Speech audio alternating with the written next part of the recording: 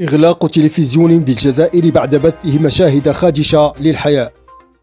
أمرت سلطة تنظيم القطاع السمعي البصري في الجزائر بإغلاق تلفزيون خاص بعد بثه فيلما يحتوي على مشاهد اعتبرت خادشة للحياة بحسب وكالة الأنباء الجزائرية الرسمية. وأوردت الوكالة مساء الاثنين قررت سلطة ضبط السمعي البصري الوقف الفوري والنهائي لقناة الأجواء، واتخذ القرار بعد قيام التلفزيون مساء الأحد ببث محتوى خادش للحياة ومشاهد تتنافى والقيم الاجتماعية.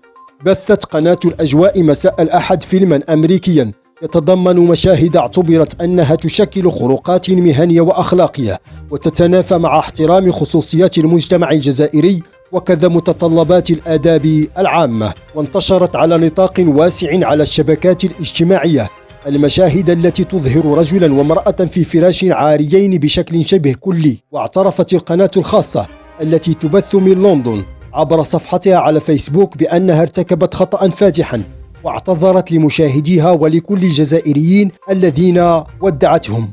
وكانت سلطة ضبط السمع البصري قد أوقفت في يونيو 2021 مؤقتا بث قناة الحياة الخاصة بعد جدل تاريخي حول الأمير عبد القادر بطل مقاومة الاستعمار الفرنسي.